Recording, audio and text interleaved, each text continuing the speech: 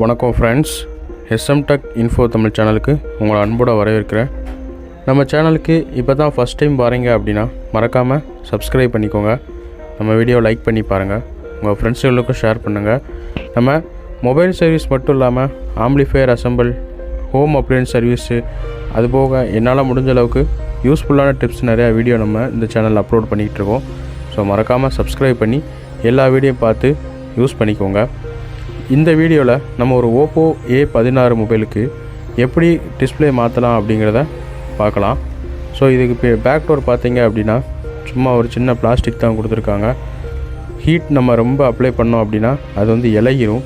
இப்போவுமே நான் heat apply பண்ணும்போது அந்த பேக் டோர் கொஞ்சம் அதோடய ஷேப் மாறுது நல்லா தெரிஞ்சது. அதனால தான் நான் ஹீட் வந்து கொஞ்சமாக கொடுத்துட்டு கையாலே அந்த பேக் டோரை எடுத்துட்டேன்.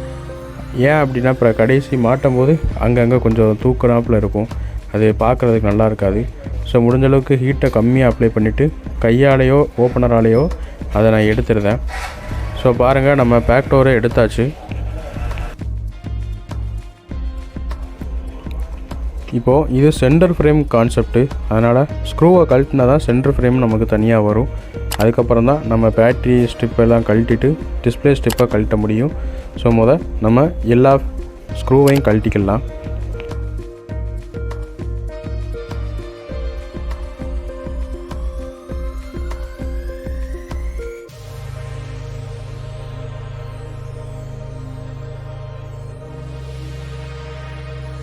எல்லா ஸ்க்ரூவையும் பத்திரமா எடுத்து வச்சுக்கோங்க. இப்போ நம்ம சென்டர் ஃப்ரேமை ஓப்பன் பண்ணிக்கலாம். சென்டர் ஃப்ரேம் ஓப்பன் பண்ணும்போது கொஞ்சம் கவனமாக இருக்கணும். ஏன் அப்படின்னா இதில் தான் நமக்கு இதில் ஃபிங்கர் பிரிண்ட் இருக்குது, ஆன் ஆஃப் ஸ்ட்ரிப் இருக்குது. ஸோ எல்லாத்துலேயும் நம்ம ஓப்பனர் வந்து டச் ஆகிடக்கூடாது. ஃபிங்கர் பிரிண்ட்டு ப்ரொடெக்ஷனே இல்லாமல் தான் இருக்கும். ஸோ அதுலேயும் நம்ம ஓப்பனரை வச்சு டேமேஜ் பண்ணிடக்கூடாது. முடிஞ்ச அளவுக்கு மெதுவாகவே பிரிங்க. நான் வீடியோக்காக ஃபாஸ்ட் பண்ணியிருக்கேன், நீங்கள் பண்ணும்போது கொஞ்சம் பொறுமையாக பண்ணுங்கள். இப்போது பேட்ரிக்குள்ளே ஸ்ட்ரிப்பை கழட்டியாச்சு. பேட்டரியோட ப்ரொடெக்ஷனை எடுத்துகிட்டு பேட்டரியை தனியாக ரிமூவ் பண்ணிக்கிடலாம். இந்த பிளாஸ்டிக்கை பிடிச்சி இழுத்தோம் அப்படின்னா பேட்டரி தனியாக வந்துடும். ஸோ இப்போ நம்ம டிஸ்பிளேக்குள்ளே ஸ்ட்ரிப்பை எடுத்து விட்டுறலாம். அதை எடுத்தோம் அப்படின்னா தான் முன்னாடி இருந்து நம்ம பிரிக்கும் போது டிஸ்பிளே தனியாக வரும், இல்லைன்னா அந்த கனெக்டருக்கு ஏதாவது டேமேஜ் ஆயிரும். ஸோ பாருங்கள், டிஸ்பிளே ஸ்ட்ரிப்பை நம்ம எடுத்தாச்சு. இப்போது நம்ம டிஸ்பிளேக்குள்ளே ஸ்ட்ரிப்பை எடுத்துட்டோம். அங்கே ஒரு ப்ரொடெக்ஷனுக்கு டேப் ஒட்டியிருக்காங்க, அதை ரிமூவ் பண்ணியாச்சு. இப்போது ப்ளோயர் யூஸ் பண்ணி டிஸ்பிளே நம்ம வந்து ஹீட் பண்ணணும். ஹீட் பண்ணால் தான் அந்த கம்மு வந்து மெல்ட் ஆகி டிஸ்பிளே நமக்கு தனியாக வரும். ஸோ இப்போ ப்ளோயரை வச்சு ஹீட் பண்ணிவிட்டு டிஸ்பிளே தனியாக பிரிச்சுக்கிடலாம்.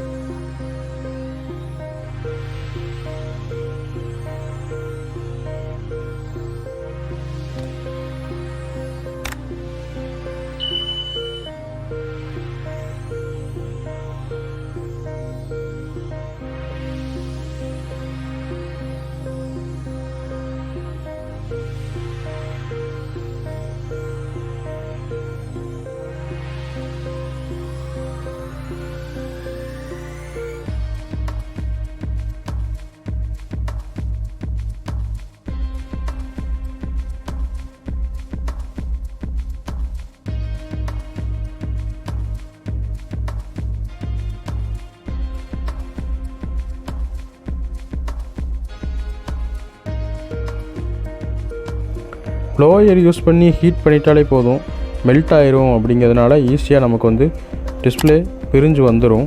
அதுக்கப்புறம் டிஸ்பிளே பிரித்ததும் ஃப்ரேமை நல்லா ஒரு ஸ்க்ரூ ட்ரைவரோ இல்லை வேறு ஏதாவது டூல் யூஸ் பண்ணி ஃப்ரேமை நல்லா க்ளீன் பண்ணிடுங்க. அப்போ தான் அடுத்த டிஸ்பிளே வந்து நம்ம ஒட்டுறதுக்கு இடம் கரெக்டாக இருக்கும். இல்லை பிசுறு இருக்குது அப்படின்னா டிஸ்பிளே கொஞ்சம் தூக்குனாப்பில் இல்லை கரெக்டான ஃபிட்டிங் கிடைக்காது. ஸோ ஃப்ரேமை நல்லா க்ளீன் பண்ணிவிட்டு பேஸ்ட்டை வந்து நம்ம அப்ளை பண்ணிக்கிடலாம். பேஸ்ட்டை அப்ளை பண்ணும்போதும் கொஞ்சம் கவனமாக இருங்க, எக்ஸஸாவோ குறையாவோ ஆயிடக்கூடாது. மேலே இருக்க ப்ராக்சிமெட்ரி சென்சாருக்கும் கேமராவுக்கும் கம்மு வந்து படாத அளவுக்கு கரெக்டாக க்ளீனாக பேஸ்ட் அப்ளை பண்ணிக்கலாம்.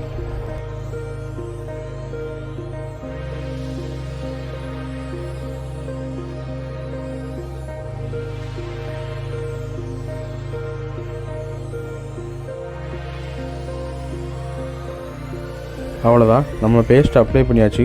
இப்போது டிஸ்பிளேயை அதோட இடத்துல ஃபிட் பண்ணிவிட்டு கனெக்டர் எல்லாத்துலேயும் நம்ம கரெக்டாக கனெக்ட் பண்ணணும். கனெக்டரை கனெக்ட் பண்ணும்போது லைட்டாக ஒரு சவுண்டு வரும். அப்படி கனெக்ட் பண்ணிட்டோம் அப்படின்னா கரெக்டாக ஃபிட் ஆயிரும். ஸோ நீங்கள் கனெக்டரை மாற்றும் போது கொஞ்சம் இழுக்கமாக அமுக்கிட்டீங்க அப்படின்னா கனெக்டர் டேமேஜ் ஆயிரும். ஸோ கரெக்டான பிளேஸில் வச்சு கொஞ்சம் அழுத்தம் கொடுத்தாலே போதும், கனெக்டர் எல்லாமே கரெக்டாக கனெக்ட் ஆயிரும். டிஸ்பிளே கனெக்டரையும் பேட்டரி கனெக்டரையும் கரெக்டாக ஃபிட் பண்ணிவிட்டு இப்போ சென்டர் ஃப்ரேமை நம்ம ஃபிக்ஸ் பண்ணிக்கிடலாம். சென்டர் ஃப்ரேமில் தான் நமக்கு ஃபிங்கர் பிரிண்ட்டு வரும். ஸோ கரெக்டாக ஃபிங்கர் பிரிண்ட்டை கனெக்ட் பண்ணிவிட்டு அதுக்கப்புறம் சென்டர் ஃப்ரேமை நம்ம ஃபிக்ஸ் பண்ணிக்கலாம். இல்லை அப்படின்னா ஃபிங்கர் பிரிண்ட்டு நமக்கு ஒர்க் ஆகாமல் போயிடும். ஸோ ஃபிங்கர் பிரிண்ட்டை கரெக்டாக மாட்டியாச்சு. சென்டர் ஃப்ரேமை ஃபிக்ஸ் பண்ணிவிட்டு இப்போ ஸ்க்ரூ எல்லாத்தையும் அதிலே போட்டுடலாம்.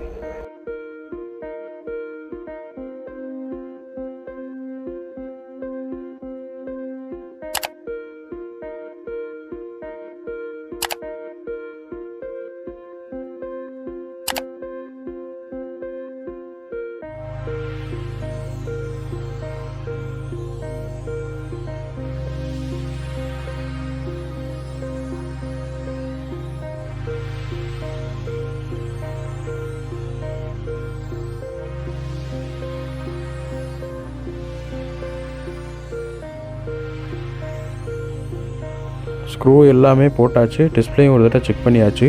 ஸோ இப்போ பேக் டோருக்கு நம்ம கம் அப்ளை பண்ணிவிட்டு பேக் டோரை அதே இடத்துல ஃபிக்ஸ் பண்ணிக்கிடலாம். ஃபிக்ஸ் பண்ணதுக்கப்புறம் நல்லா ஒரு அரை மணி நேரத்துலேருந்து 1 மணி நேரம் வரை காய வச்சாலே போதும். அது டிஸ்பிளேயும் பேக் டோரும் நல்லா செட் ஆயிரும். அதுக்கப்புறம் கஸ்டமர் கிட்ட நம்ம அதை கொடுத்துடலாம். காய வைக்காமல் நம்ம கொடுக்க வேண்டாம். ஸோ 1 மணி நேரத்தில் காய வச்சுட்டு அதுக்கப்புறம் கஸ்டமர் கிட்ட கொடுத்துடலாம். ஒரு ஓப்போ A16 மொபைலுக்கு நம்ம இப்படி தான் டிஸ்பிளே மாற்றணும். இந்த வீடியோ உங்களுக்கு பிடிச்சிருந்துச்சுன்னா லைக் பண்ணுங்கள், உங்கள் ஃப்ரெண்ட்ஸுகளுக்கும் ஷேர் பண்ணுங்கள்.